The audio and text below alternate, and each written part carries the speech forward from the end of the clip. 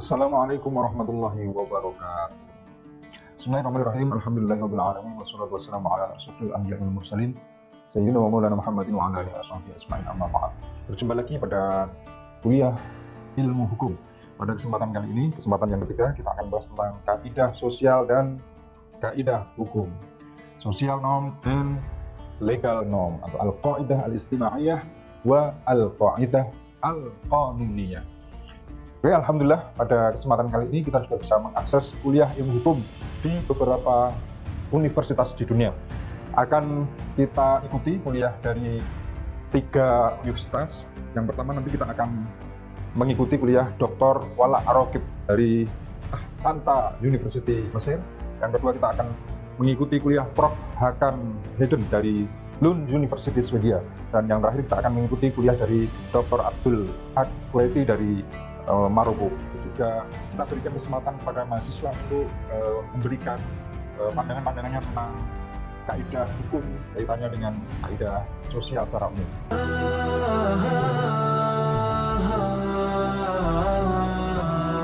Oke, pemirsa yang budiman, dalam masyarakat sesungguhnya hidup sebuah aturan atau pedoman. Karena itu, apa itu sesungguhnya kaidah? Wa huwal qaidah al-istimaiyah, atau what is the social norm? Kaidah sosial adalah pedoman tingkah laku, atau peraturan atau aturan tingkah laku yang harus dipegangi oleh manusia sebagai individu masyarakat dalam hal bertindak, dalam hal berinteraksi, dalam hal melakukan proses-proses relasi.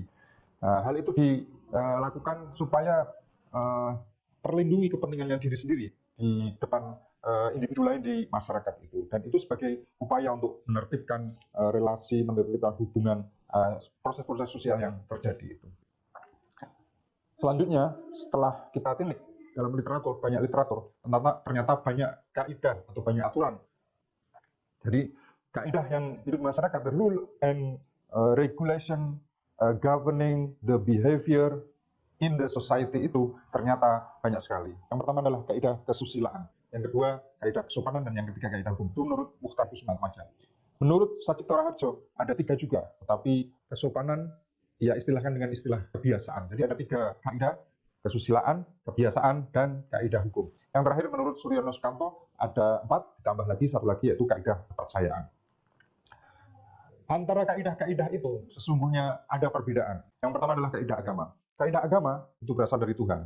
Kemudian ia mengatur hubungan yang sangat individual antara manusia dengan Tuhan, hubungan vertikal itu. Karena itu diibaratkan lebih pada suasana batin manusia dengan Tuhannya. Dan kemudian sanksi yang datang dari kaidah agama adalah sanksi yang diciptakan sendiri oleh Tuhan. Kemudian yang kedua kita mengenal kaidah susila. Kaidah susila itu adalah kaidah yang paling tua. Ia adalah idealitas yang muncul dari suara hati, suara nurani setiap manusia, di mana manusia ingin mewujudkannya untuk menjadi manusia yang sempurna. Begitu. Kalau kaidah agama ditujukan untuk batin, kaidah sosial juga ditujukan untuk kepuasan batin manusia. Hanya saja sanksi itu datang dari diri sendiri. Seandainya seseorang itu tidak mematuhi kaidah susila, maka ia akan dapat sanksi dari dirinya sendiri. Berupa apa? Berupa penyesalan, berupa merasa bersalah, berupa tidak merasa diri tidak berharga, dan malu, dan lain sebagainya. Kemudian yang ketiga adalah norma kesopanan. Norma kesopanan itu muncul dari luar diri manusia, karena ia adalah merupakan kesepakatan-kesepakatan tidak terkatakan di antara anggota masyarakat itu. Jadi diciptakan oleh masyarakat, kemudian mengikat seluruh anggota-anggota masyarakat, dan ditujukan untuk perilaku-perilaku lahiriah, interaksi-interaksi yang bersifat praksis antara satu individu dengan individu yang lain. Menyapa, menengok orang sakit, dan lain sebagainya itu. Dan seandainya orang tidak mematuhi norma kesopanan ini, maka ia akan menerima sanksi dari masyarakat, tapi sanksi ini masih tidak resmi. Misalnya dikucilkan, misalnya dibenci atau tidak dilayani, begitu. Yang terakhir adalah kaidah hukum. Ini merupakan stressing kita nanti pada diskusi selanjutnya. Kaidah hukum itu adalah kaidah yang datang dari luar manusia dan sifatnya lebih memaksa. Kemudian ditujukan kepada sama tadi kaidah kesopanan, yaitu interaksi-interaksi lahiriah, relasi-relasi praksis antar individu masyarakat. Dan seandainya seorang tidak mematuhi kaidah hukum, maka ia akan mendapatkan sanksi secara resmi. Dalam hal ini nanti sanksi dari penegak hukum. Selanjutnya adalah kaidah hukum. Kaidah hukum itu bersumber dari aturan tertulis negara, diresmikan oleh penguasa atau lembaga-lembaga yang berwenang untuk memperkokoh dan juga untuk melengkapi pemberian perlindungan terhadap kepentingan manusia yang telah dilakukan oleh ketiga kaidah sosial yang lain. Jadi antara semua kaidah yang ada dalam masyarakat itu sesungguhnya memberikan perlindungan terhadap kepentingan masyarakat sebagai individu. Tetapi hukum itu sifatnya melengkapi perlindungan-perlindungan yang sudah diberikan oleh ketiga kaidah sosial yang lainnya. Contohnya adalah hukum pajak, hukum tata negara, hukum administrasi negara, dan lain sebagainya. Sanksi bagi orang yang tidak mematuhi kaidah hukum adalah denda, penjara, kemudian hukuman-hukuman fisik yang lain. Oke. Selanjutnya kita sampai pada isi kaidah hukum. Kaidah hukum itu jika dipetakan isinya ada 3 macam. Yang pertama adalah gebot atau suruhan, yang kedua adalah verbot atau larangan, yang ketiga adalah mogen atau kebolehan-kebolehan. Ya, asal kaidah hukum. Kaidah hukum itu diciptakan dari mana? Oleh lembaga berwenang, tapi dari mana dia datang? Dilihat dari asalnya itu bisa dibedakan menjadi 2. Yang pertama adalah yang berasal dari kaidah-kaidah sosial. Jadi kaidah sosial itu merupakan unsur pemasok materi dari hukum, kaidah hukum. Yang kedua adalah memang diciptakan oleh otoritas dan tidak merupakan kebutuhan atau muncul dari bawah, tetapi nanti pada akhirnya akan harus sesuai dengan norma sosial yang ada. Sifat kaidah hukum. Sifatnya yang pertama adalah imperatifnya mengikat, memaksa dan harus ditaati. Nah, itu yang berupa gebot dan verbot. Yang kedua adalah fakultatif. Tidak serta-merta harus ditaati karena hanya merupakan pelengkap. Ini yang berupa mogen, pilihan-pilihan. Perumusan kaidah hukum. Dalam merumuskan kaidah hukum biasanya dibedakan antara satu rule of law, yang kedua adalah legal norm. Keduanya mempunyai perbedaan yang nanti kita akan diskusikan lebih lanjut. Kemudian yang terakhir ini esensialia kaidah hukum. Kaidah hukum itu dikatakan memaksa, sebenarnya tidak, karena ia hanya menyebabkan terjadinya paksaan. Jadi yang memaksa seseorang untuk mematuhi kaidah hukum itu sesungguhnya dirinya, karena dia merasa mempunyai kebutuhan untuk hidup bersama. Yang memaksa seseorang untuk mematuhi kaidah hukum itu adalah dirinya sendiri dan juga penegak hukum. Jadi yang mengadakan paksaan itu adalah diri sendiri, karena adanya kesadaran hukum dan penegak hukum. Tidak ada kaidah hukum yang memaksa. Kaidah hukum hanya menimbulkan adanya paksaan.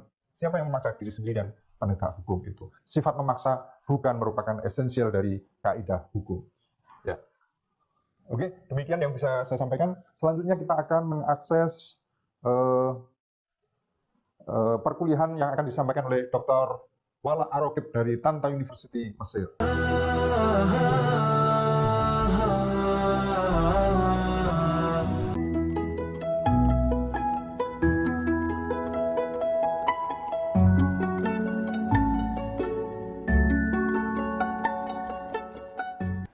يعني ايه قاعدة اجتماعية؟ يعني لا تدور إلا في فلك مجتمعي. يعني المناخ الطبيعي، البيئة الضابطة، البيئة الحاضنة للقاعدة التي تحيا فيها وتتنفس فيها القاعدة القانونية هي مجتمع ما. Artinya bahwa hukum itu, kaidah hukum itu sesungguhnya beroperasi di dalam masyarakat. Masyarakat sebagai medan. Masyarakat, manusia-manusia, individu-individu yang melingkupinya, yang hidup di dalam sebuah komunitas itu adalah sebuah medan di mana hukum itu beroperasi.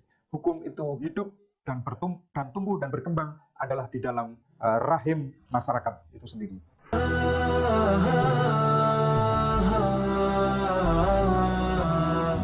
Oke pemirsa, yang kedua kita akan mendengarkan kuliah dari Profesor Hakan Hidden dari Lund University, Swedia.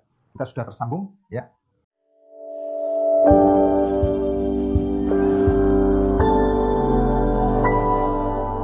Let's start with the fourth lecture about norms, and this one will be about, as you can see, the relations between legal norms and other norms, between law and social norms. Ya, beliau mengatakan bahwa ini adalah pertemuan keempat. Pertemuan keempat ini akan membahas tentang relasi antara hukum dan kaidah, atau relasi antara kaidah hukum dengan kaidah-kaidah yang lain. And I will start with this simple slide to show you the idea that you have norms operating between law and society, so to say. Norms can be seen as a kind of filter between law and society. Ya, kita akan ditunjukkan oleh Prof. Hakam Hidden ini bahwa dalam slide yang singkat ini beliau ingin mengatakan sebuah ide bahwa ada entitas sesuatu antara hukum dan masyarakat. Entitas itu adalah berupa norma atau kaidah. Kaidah itu merupakan sebuah aturan yang beroperasi atau yang memenuhi ruang antara masyarakat dan hukum. This is, of course, an important aspect of norms. I would even go so far that I say that law is never stronger than the underlying norms here, and law is dependent on norms.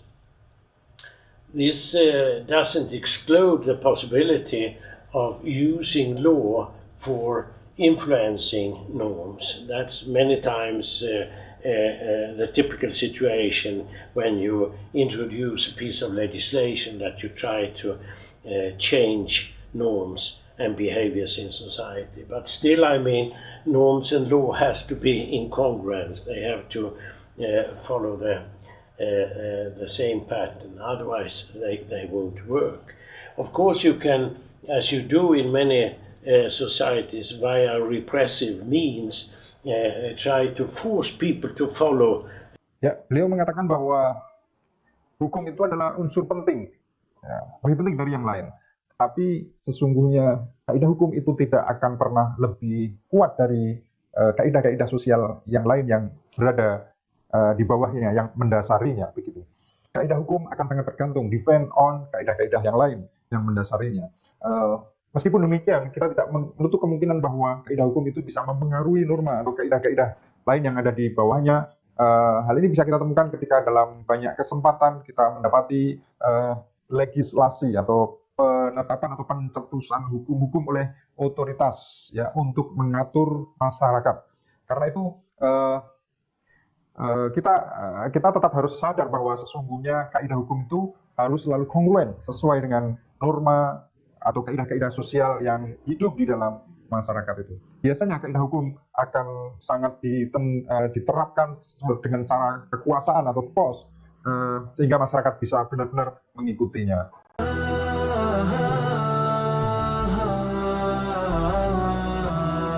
Ya, oke, cukup.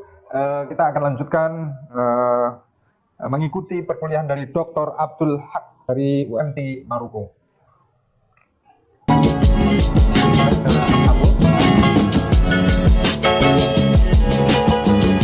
ليست القاعدة القانونية هي القاعدة الوحيدة التي تنظم لنا سلوك الأفراد داخل المجتمع، وإنما هناك العديد من القواعد الاجتماعية التي تشارك قواعد القانون في تنظيم المجتمع.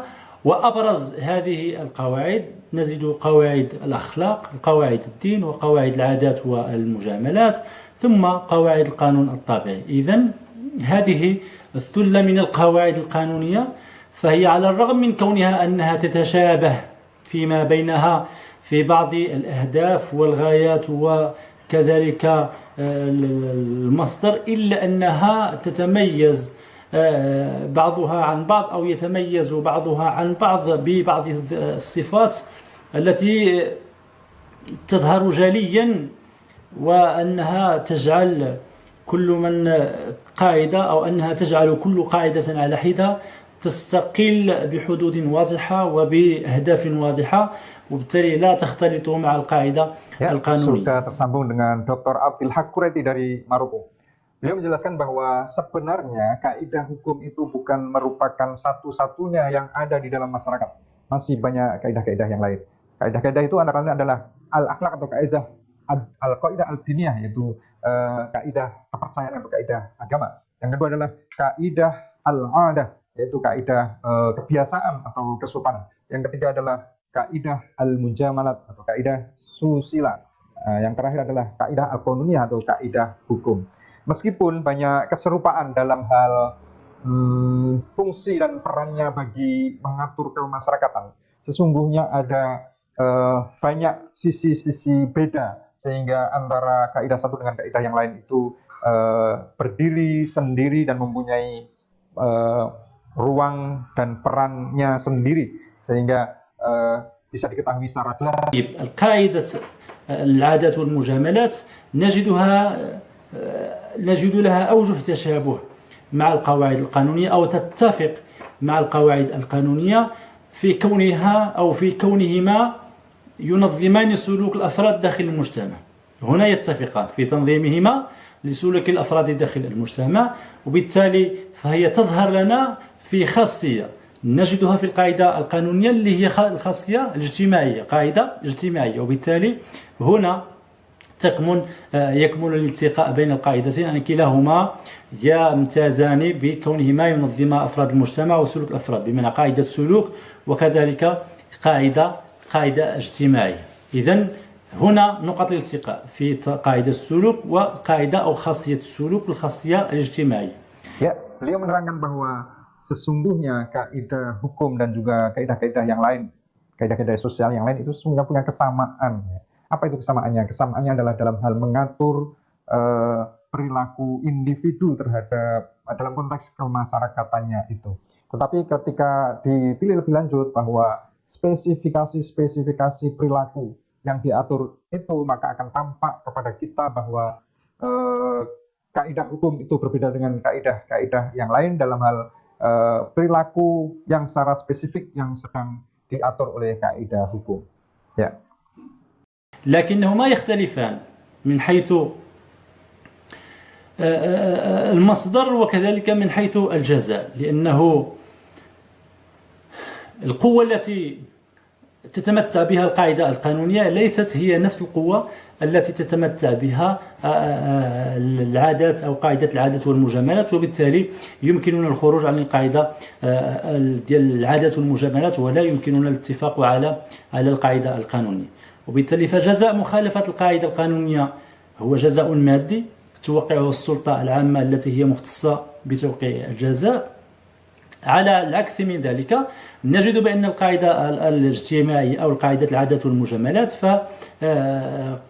فهو جزاء معنوي يتمثل في استهجان واستنكار المجتمع لمخالفتهم للقاعدة الاجتماعية، وبالتالي هنا يكمن مربط الفرس ما بين القاعدة القانونية والقاعدة الاجتماعية في الجزاء وفي السلطة التي تتوقع الجزاء. أسباب Beliau mengatakan bahwa perbedaan lebih lanjut dari kaidah hukum dengan kaidah-kaidah yang lain adalah yang pertama adalah persoalan masdar, yaitu source atau sumber. Ya.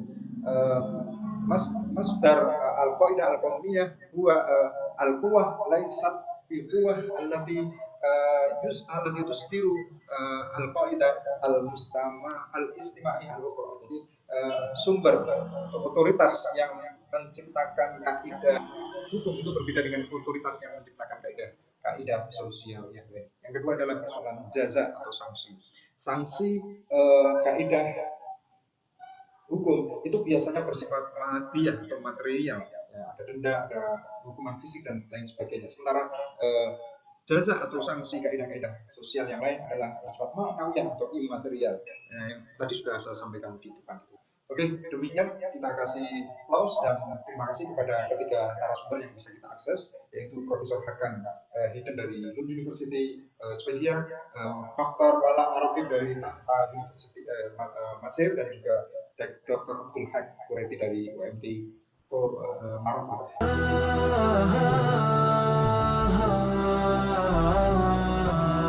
Selanjutnya kita akan memberikan kesempatan kepada mahasiswa untuk menyampaikan ide-ide pikirannya tentang kaidah hukum, di mana kaidah itu disebutkan dari kaidah sosial yang lain.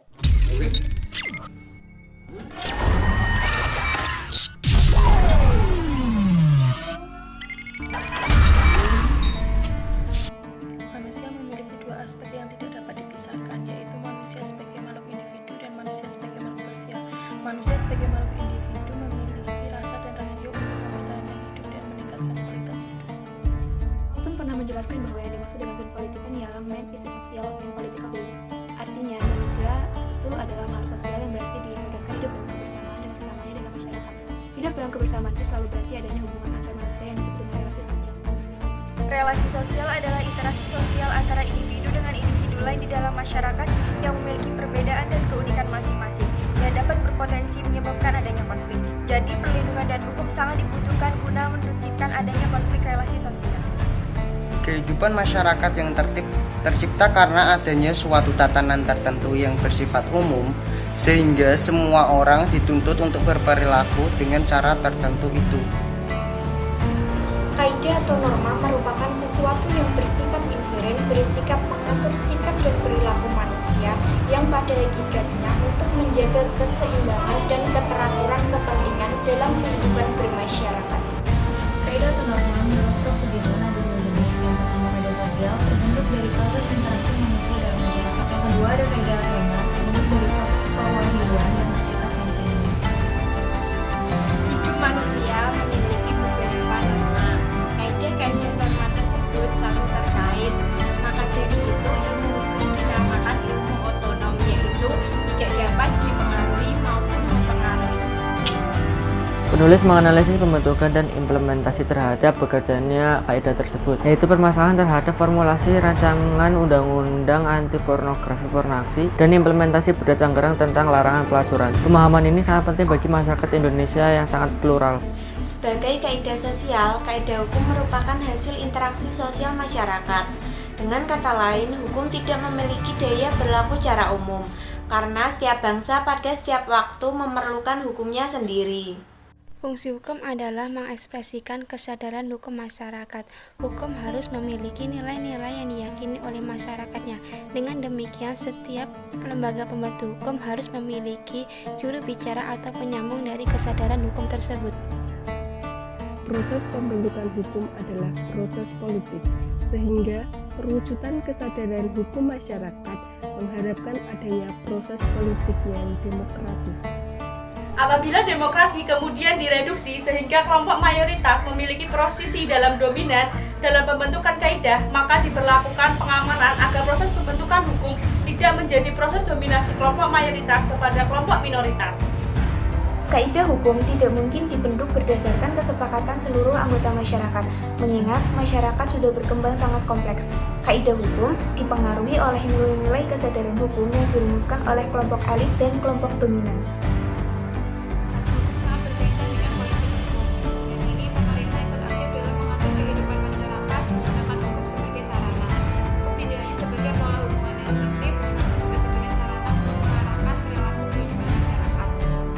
Ada dua pendekatan dalam proses pembentukan hukum, yaitu hukum sebagai sarana kontrol sosial dan sarana rekayasa sosial.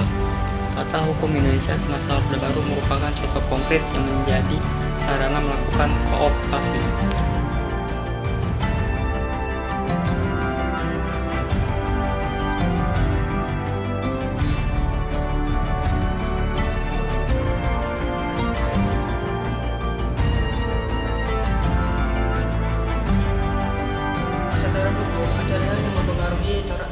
Sementara perkembangan masyarakat harus diberi tempat dalam hukum. Kedua, keseimbangan tersebut harus bersifat kasuistis yang harus ditentukan secara konseptual dalam setiap proses pembentukan kaidah hukum. Terima kasih.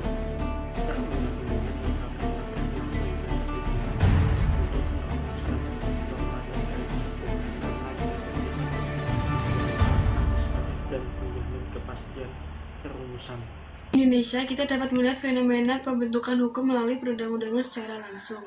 Bidang-bidang kehidupan yang tidak kita bayangkan akan diatur oleh hukum, ternyata sekarang ini diatur oleh kaidah hukum. Hukum maupun legislasi menyebabkan semakin sempitnya kebebasan dikarenakan hukum tidak bisa ditegakkan. Mulai merumusan sanksi pidana dalam perundang-undangan menyebabkan overkriminalisasi yang menjadi faktor kriminologi. Politik hukum apabila dilakukan secara tidak selektif justru akan kontraproduktif terhadap tujuan menciptakan ketertiban dengan menggunakan sarana hukum. Saat ini media massa di Indonesia banyak menyorot tentang polemik bahkan konflik yang timbul karena rencana pemberlakuan RUU APP, dan titik konflik tersebut terdapat di perumusan kaidah hukum dalam RUU tersebut. A. Perumus RUU APP tidak tidak paham tentang kaidah yang berlaku di masyarakat. B. Tidak semua perilaku cocok diatur oleh kaidah hukum. C. Dapat mereduksi makna dan dapat menjaring perbuatan di luar konteks. Tujuan melestarikan tatanan kehidupan masyarakat tidak hanya menjadi tugas dari hukum, tetapi juga tugas dari kaidah-kaidah bukan hukum.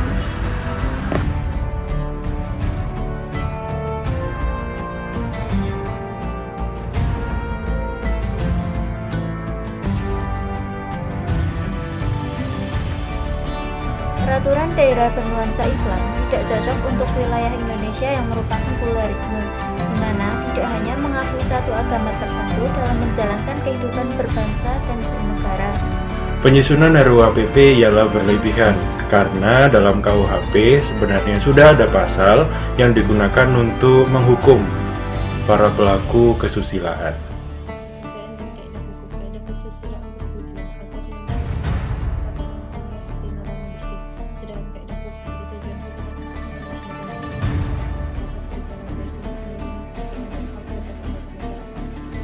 Kaidah hukum akan selalu dipengaruhi oleh situasi tertentu, oleh karena itu pembentukan hukum harus mempertimbangkan general prinsip less of morality dan keberdepan. Cukup memberikan kepada kita wawasan pemahaman ada hukum dan kaidah sosial. Terima kasih kepada para mahasiswa kelas politik 3D Fakultas Ilmu Sosial dan Politik Universitas Islam Negeri Wali Songo Semarang. Oke, tetap semangat. Demikian yang bisa kita sampaikan untuk belajar dan terima kasih.